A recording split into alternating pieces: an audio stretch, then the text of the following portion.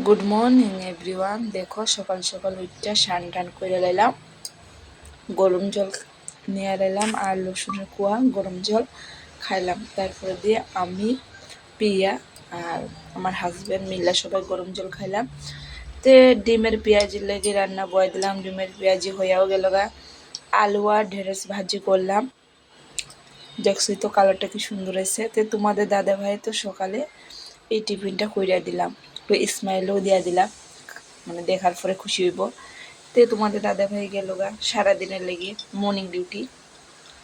তো আমি স্নান টান করে আমার কাপড়টা উপরে ছিল, এটা উপরে আয়া দিতে আসি। দেওয়ার সময় ফট করে আমার নজরটা গেছে গা বিছার উপরে। করে না এই সিজনে তো বিছানা কি সব দিকে বিছা দেখা যায়।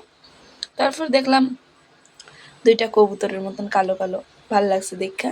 তো একটু সময় রৌদ্র হয়ে আমরা বাইরে মানে নিচে আয়া ফেলাম।